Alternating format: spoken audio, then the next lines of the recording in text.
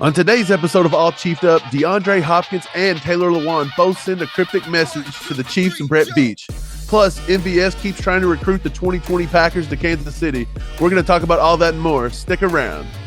What's happening, Chiefs Kingdom? Welcome back to All Chiefed Up. Ian Rappaport put out a tweet today. Wide receiver DeAndre Hopkins admitted on the Pat McAfee show that he's been hearing a lot of trade talks. On that subject, my understanding is if a trade did happen, he'd be flexible on the last 2 years of his contract rather than shoot for a top-of-the-market deal. Mike, that changes things about what we think about getting DeAndre Hopkins, doesn't it? It sure does. We thought DeAndre Hopkins was wanting to get a big contract once he got signed. He was pitching somewhere around $70 million for a couple years, 3 years, something like that. But if he decides he doesn't want to do that, maybe this was a direct shot to Brett Veach. Like, hey, come get me. I will work with you. I want to chase a ring. I want to play with Patrick Mahomes. It might not be a direct shot to the Chiefs in particular, but it's definitely a direct shot to teams that are competitive and could get a ring next year. And that automatically puts the Chiefs in that conversation. And he's been linked to the Chiefs over and over again since they said that he wanted to be traded out of Arizona.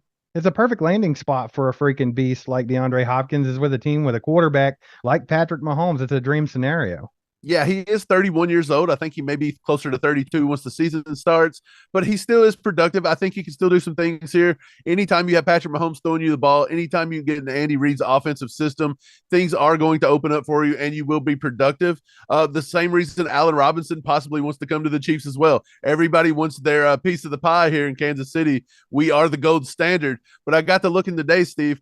Hopkins against the AFC West opponents in his career. I thought that was something to look at, considering maybe we can get, Hopkins. He's played 18 games. He has a 7-11 record. Not too good, but he's been playing with the Texans and the Cardinals, so you can't look at that. But 102 receptions on 159 targets, 1,209 receiving yards, and 11 touchdowns. And that is all just 18 games against the AFC West. Granted, if you pull the Chiefs games out of that one, you now have 815 yards and 4 touchdowns. So the Chiefs pretty much made his career. Yeah, so maybe it is better to have him on the Chiefs than us play against him. It's what it sounds like to me.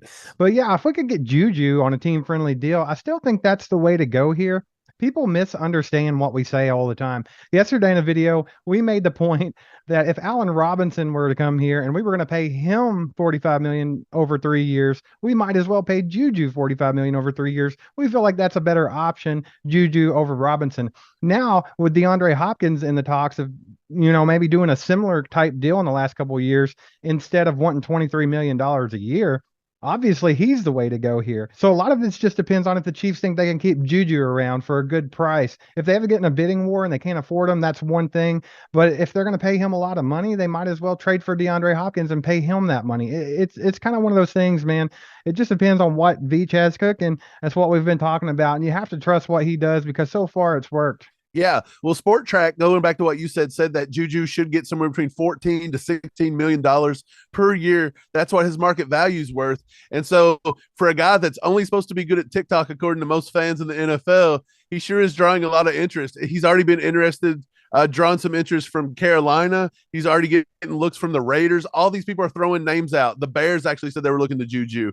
So yeah, with us possibly losing Mecole Hardman and everybody throwing money at Juju, if you can somehow go get DeAndre Hopkins for around the same price, I do believe any of these receivers around $14, $15, $16 million a year is the best you're going to do. There's only so many times you can skimp on a position or a receiver and it's going to work out for you.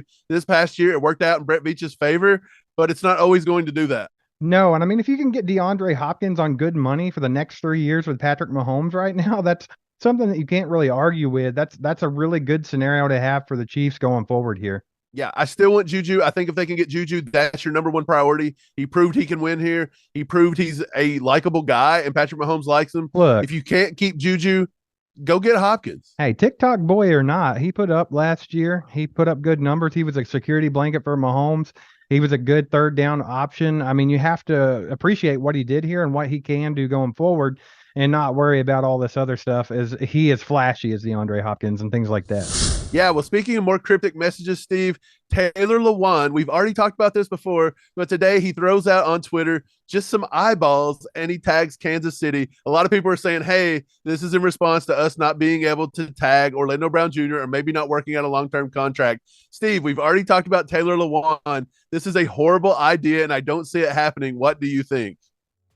The same as you. I don't think it's a good idea. So I put up a poll on Twitter actually earlier today, and it said, what's the better option here? Going ahead and finally paying Orlando Brown Jr., or do we sign Taylor Lewan and then have to draft for left tackle anyway? And I think the obvious thing here is just pay Orlando Brown if you can do it. Obviously, we don't want to give him some astronomical number that makes no sense. Brett Veach isn't going to do that. But, I mean, getting Orlando Brown at a high price is not necessarily a bad thing, and people just are not understanding that concept. If we have to go to the draft for left tackle, we have to trade up to get one that might be worthwhile. Then there's still that might that's in there, man. You're putting a lot of faith in a rookie to protect Patrick Mahomes' backside during the prime of his career. Orlando Brown's done proven himself. We've talked about that. Taylor Lewan, he's proved that he can't stay on the field. And even if he is on the field, is he better than OBJ? No, he is not. I don't understand that scenario. I don't know why people think getting Lewan and drafting for left tackle is a good idea. It just seems like a big runaround when you could just go ahead and get a good contract done with Brown. Yeah, Lewan's not going to come over and play for crackers. This guy's going to want a decent amount of money too, probably somewhere around the $15 million mark, maybe 10 to 15. I'll give you that. But we'll just say 12 average, and then you're going to have to turn around and you're going to have to draft somebody. And again, to get a quality left tackle, you're going to have to trade more capital to get up to the top 15 to 20 picks. And that's only if somebody falls, and they're probably falling for a reason. So I don't even know if you go that route. You even have people like Skoronski. His arms are so tiny, they think he's going to be kicked the right tackle or inside the guard. So you don't really know how these players are going to pan out. We did the same thing last year with Kennard. He did not pan out. He's probably going to have to move inside to guard. And if not, he's probably just going to be a right tackle. So you never know how this is going to play out. Orlando Brown Jr. is the best at the position at this point, hands down. Nobody's even close. So to say, hey, Trent Williams is better, Tunsil's better, fine. They're not free agents. Right. I wanted you to reiterate that. He's not the best in the league, but he is the best available, and that's what people are not understanding. Like, yeah, we know he's not Trent Williams, but you're not getting Trent Williams. He's not available. So, hey, yeah, that's what we want to make sure that you guys are understanding here. Right. And you're also you just can't go out and trade for a left tackle. People are not trading their left tackles. By the way, we got Orlando Brown because he was a right tackle that wanted to play left tackle, and we've seen that he could do it. And he won a Super Bowl doing it in just 2 years. So this is the guy we need to be looking for. I have no problem paying him $22, $23, $24 million a year for a few years. I'm sure Brett Veach and the Chiefs can work out a contract and work out a deal the way they did with Mahomes, where it does not obviously break the bank for us. I think it can be done, and it needs to be done. I think people are forgetting that we don't actually have a right tackle at the moment either. Andrew Wiley is also a free agent. So if you let OBJ go and you have to try to draft for that, who says that you're going to sign Wiley back? I bet you he gets a bigger contract than what we're willing to give him. So we're looking at right tackle here. We don't know if Darian Kennard's going to be able to step in and play right tackle. He didn't show us anything last year that said that he could do that. So why do you think that's going to happen this year? There's a lot going on with this offensive line, and that is the most important part of this Chiefs dynasty, is to make sure that Patrick Mahomes has time and that he stays on his feet. This year, they did that, and they won the Super Bowl. If you let that all crumble and you have to start from the beginning and hope that you hit the lottery in the draft, then I don't like those chances. Right. Wiley made $2 million last year to Chiefs Kingdom. We trashed him all year long. He did struggle at times, but he did pick it up later in the year. So we're saying, hey, if you can get him for $4.5 million a year, it might be worth keeping him. But you never know. There might be a team out there that could throw out some big number that's like 7, 8, 9 million a year for this guy because they see potential. He is younger, and we're just not going to be able to match that. The same with Orlando Brown. I look to the Bengals. The Bengals may throw a lot of money at him to protect Joe Burrow. And what if Orlando Brown is the key to them passing us up and he puts them over the hump?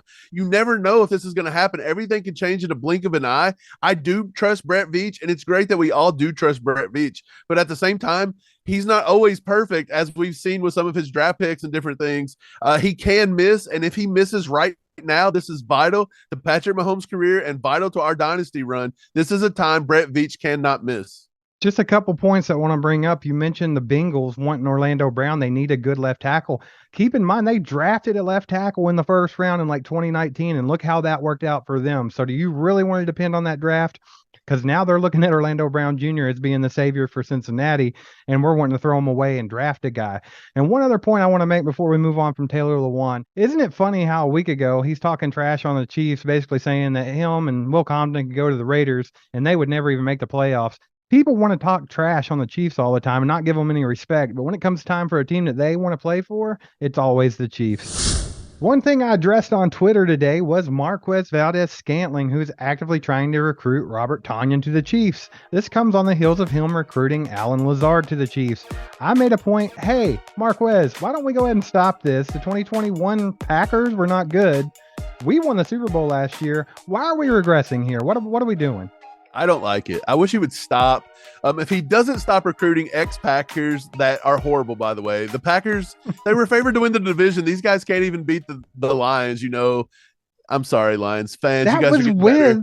Aaron Rodgers. It's not like they didn't have a guy to throw him the ball. Right. So he keeps trying to recruit all these guys. I get it. Lazard's okay. He's not somebody I want to go spend a bunch of money on. But Tonyan, come on. He's always injured. He had one good year. I do remember everybody in 2020 saying that he was probably better than Kelsey at fantasy football and stuff. I know people keep saying that didn't happen. It totally happened.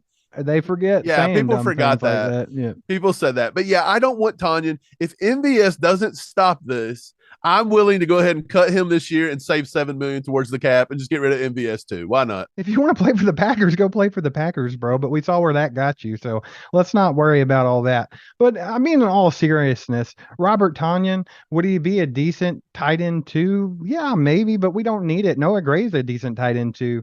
And then when we're talking about receivers, we've talked about a lot of people, and the one that we have not mentioned here on All Chiefed Up yet is Alan Lazard. And the reason why we haven't mentioned it is because I don't think that's a great option for the Chiefs. I just don't. He had a decent year last year, but you were looking at a team that had two rookie wide receivers in there with him. Romeo Doubs had a decent year, and Christian Watson's good, but he was hurt half the year. So that's why Lazard got so many numbers. He was pretty much the only option that Rodgers had. The year before that, he had an okay year. But yeah, Lazard's nothing groundbreaking. I don't think that's somebody that you want to bring in here right now. If you want a run-of-the-mill average receiver, we have plenty of those on the table to go around. We don't need another one. Right. Lazard is the equivalent to an NBA player that maybe isn't very good, but he's a volume shooter.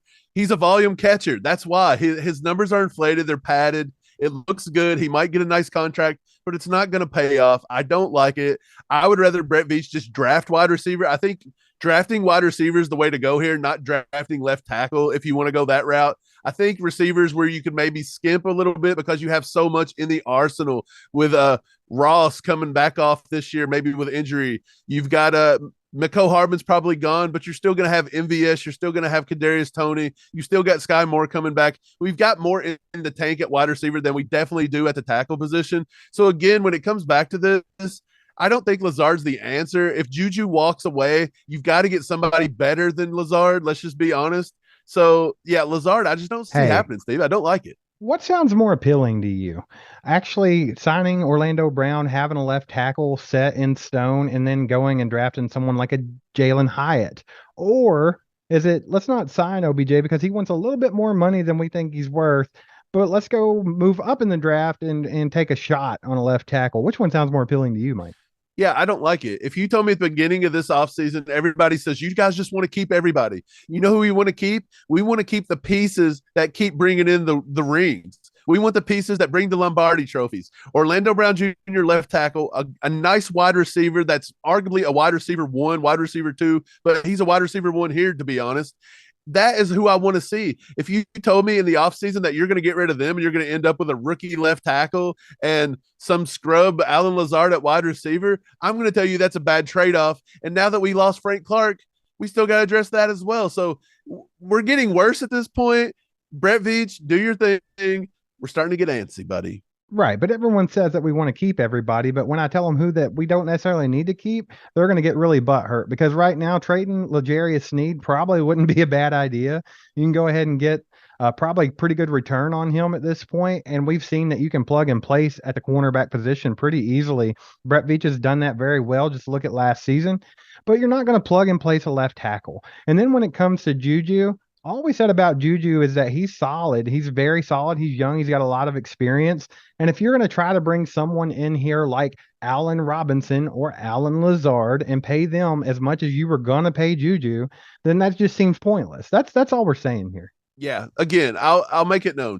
Juju, he does his job. He's a good guy to have in the locker room. He's just a nice energy to be around, and he does whatever he can to get on the field. He wants to win. That's a good thing about Juju. Everybody gives him crap, but if he was so bad, why is everybody throwing interest and going to throw money at him in the offseason? So as soon as they can get their little grubby fingers on him, they want to get him away from the Chiefs as fast as they can. It'd be nice to keep some of these guys, and let's go ahead and make another run.